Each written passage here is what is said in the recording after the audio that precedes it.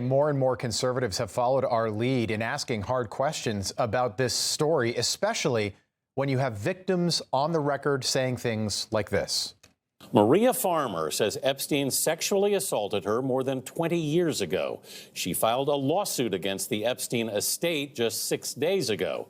In her first TV interview, Farmer alleged that Epstein had extensive surveillance inside his home, including tiny pinhole cameras. I looked on the cameras and I saw toilet, toilet, bed, bed, toilet, bed. I'm like, I am never going to use the restroom here, and I'm never going to sleep here.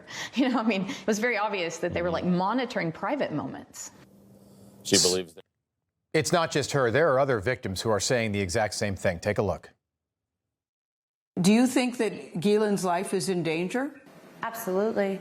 If she squeals on some of the people that she has videos on, they won't be happy with her talking about that. And when you say that she has videos, or she has knowledge of videos that exist about people like who? People well-known names? Very well-known names. You know, the government officials, the politicians, the royalty, like, you know, they were taping everybody every moment when you walked into the New York mansion, to Palm Beach. Everything was being filmed. Sadly, she committed suicide. Her name was Virginia Giuffre, but as you just heard, everything was being filmed. Everything. And as many of the women have come forward over the last several years, the rich and powerful always seem to be implicated. Even fake Jake Tapper thinks this doesn't smell right.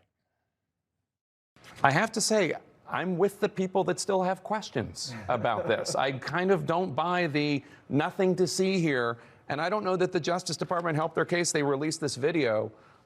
Let's show it. It shows no one entered the area surrounding Epstein's cell in the hours before he died. But there's something significant about this videotape. What is it? Well, here's one thing that some people on the internet are picking up on, which is that there is about a minute missing between 11:58 p.m., 58 seconds, and 12 a.m., the night that Epstein was apparently killed or died. And what's interesting is the DOJ thought that nobody would notice that. The missing minute from the Epstein prison video. You can do a lot in a minute.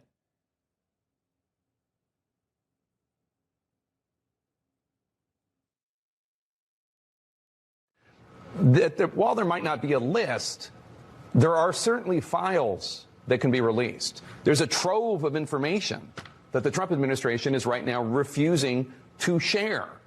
Information that could well point to the powerful folks who availed themselves of the sex trafficking victims of Jeffrey Epstein. Epstein kept video cameras in most of his residences, and Epstein's autopsy, nor the report of the investigation into his death, has ever been made public. So while there may not be an official client list to be released, as the administration is now saying, there's a lot of extra information that is not being made public.